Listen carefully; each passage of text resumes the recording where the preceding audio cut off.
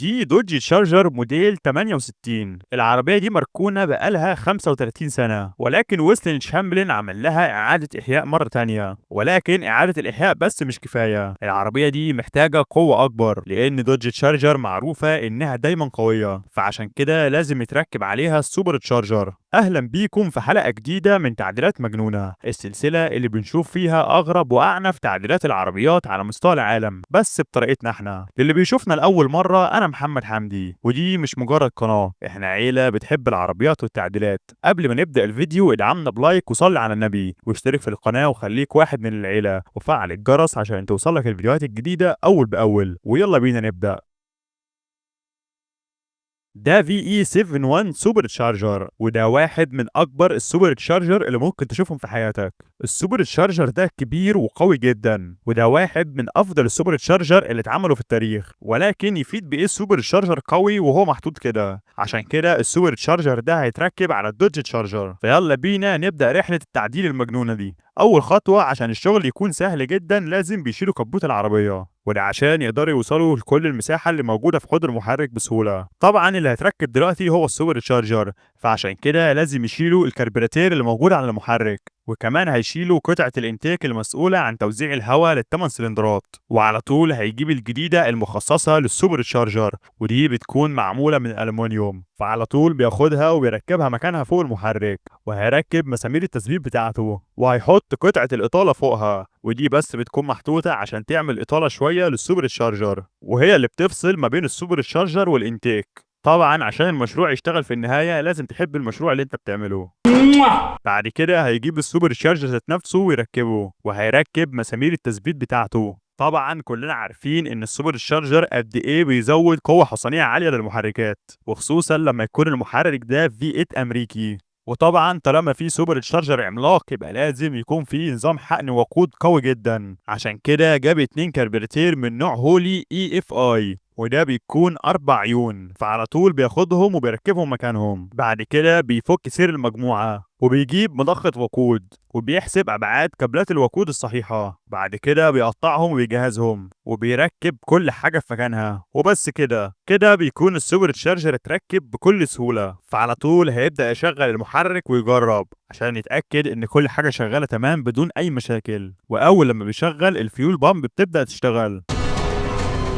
The fuel pump just kicked on! بعد كده بيشغل المحرك، وتعالوا نشوف اللي هيحصل.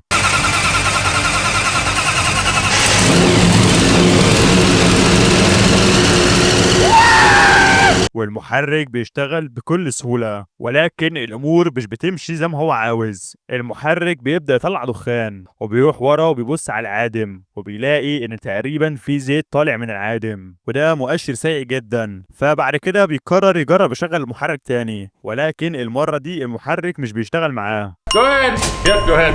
Hey, go ahead. Go ahead. Go ahead. Okay, go ahead. Fire right go ahead. Go ahead. Go ahead. Go ahead. Go ahead.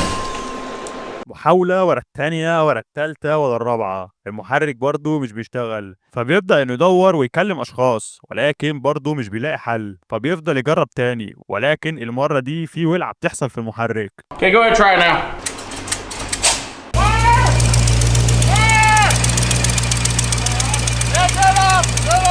ففي الاخر بيقرر انه هيغير شمعات الاشعال ويشوف ايه اللي هيحصل، وبيرجع يجرب المحرك تاني. Exhaust again. Fire in the hole.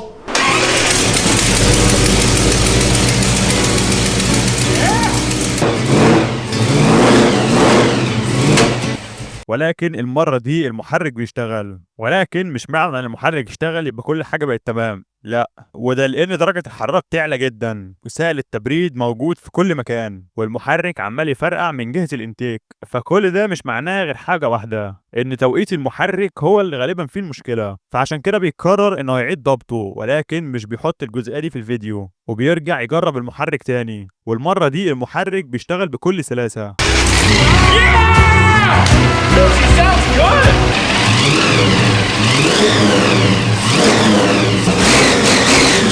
Shut off. We lost our gasket. وبكده يبقى المحرك مفيش فيه اي مشاكل وشغال كويس جدا. بعد كده هيجي لاخر مرحله، الا وهي تركيب انتيك السوبر تشارجر العملاق. فعلى طول هياخده ويركبه مكانه، وشكله بيكون جميل جدا.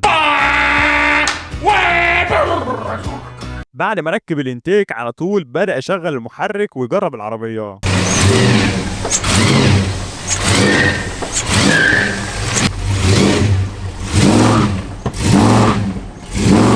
طبعا كلنا عارفين ان ويسلين لازم يعمل بيرن اوت، فتعالوا نتفرج على البيرن اوت.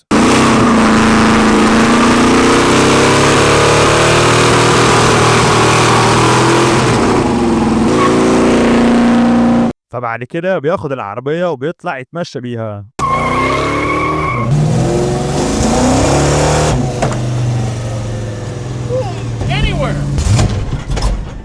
ولكن بعد كده المحرك بيفصل منه وبيرجع يشغله تاني، ولكن المرة دي بيشتغل بصعوبة. Go, baby, go! Don't dial me now! What is that? Why is it doing that? فبينزل من العربية وبيسمع صوت طرق في المحرك. Do you hear a knock or something? فبيقرر انه يمشي براحته لحد ما يرجع الورشة، ولكن الفضول مش بيسيبه يمشي براحته، بيرجع تاني عايز يعمل بيرن اوت. ولكن المرة دي المحرك بيقف وبيرجع يشغله تاني. ولكن المرة دي بيشتغل بصعوبة أكبر من اللي قبلها، وصوت الترك في المحرك بدأ يعلى أكتر وأكتر، لكن برضه رغم كل ده عايز يعمل بيرن اوت. ولكن لحسن حظه ان العربيه عطلت قدام مركز تصليح، فبيدخل جوه المركز وبيسال اللي واقف جوه هل صوت الترك اللي في المحرك ده هيمنعني ان اعمل بيرن اوت؟ الراجل قال له لا، فعلى طول ركب العربيه وبدا يعمل بيرن اوت.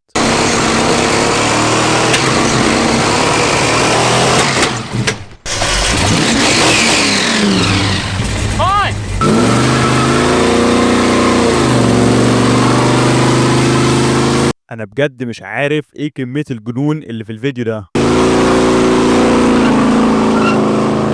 المشكلة ان ويسلن في الاخر بيقول له مش قلتلك ان العربية دي سليمة؟ ويسلن ده المفروض ياخد جايزة ملك التعديلات المجنونة. طبعا بعد كل ده المفروض انه يهدى وكفاية كده على المحرك، ولكن بيسمع جنبه صوت عربية هوندا سيفيك وبيتحمس تاني. Irritator's fine. The car...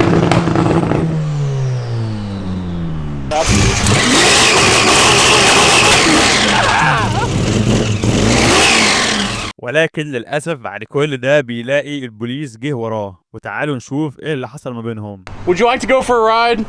I get car sick.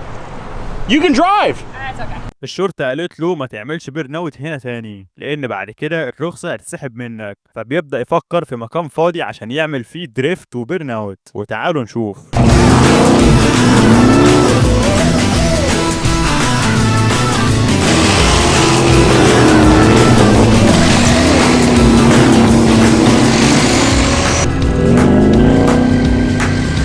وبس كده، ده كان كل اللي معانا النهارده في حلقة تعديلات مجنونة. لو الفيديو عجبك انزل اعمل لايك واشترك في القناة لو لسه ما اشتركتش، واستنانا في فيديوهات جاية من اقوى واجمل التعديلات اللي هتشوفها، واكتبوا لنا في الكومنتات ايه التعديل اللي نفسك تشوفه في القناة الفترة اللي جاية، وشير الفيديو مع اصحابك، واستنونا في مشاريع تانية هتخليكم تشوفوا عالم التعديلات من منظور مختلف تماما. هشوفكم الفيديو اللي جاي، سلام.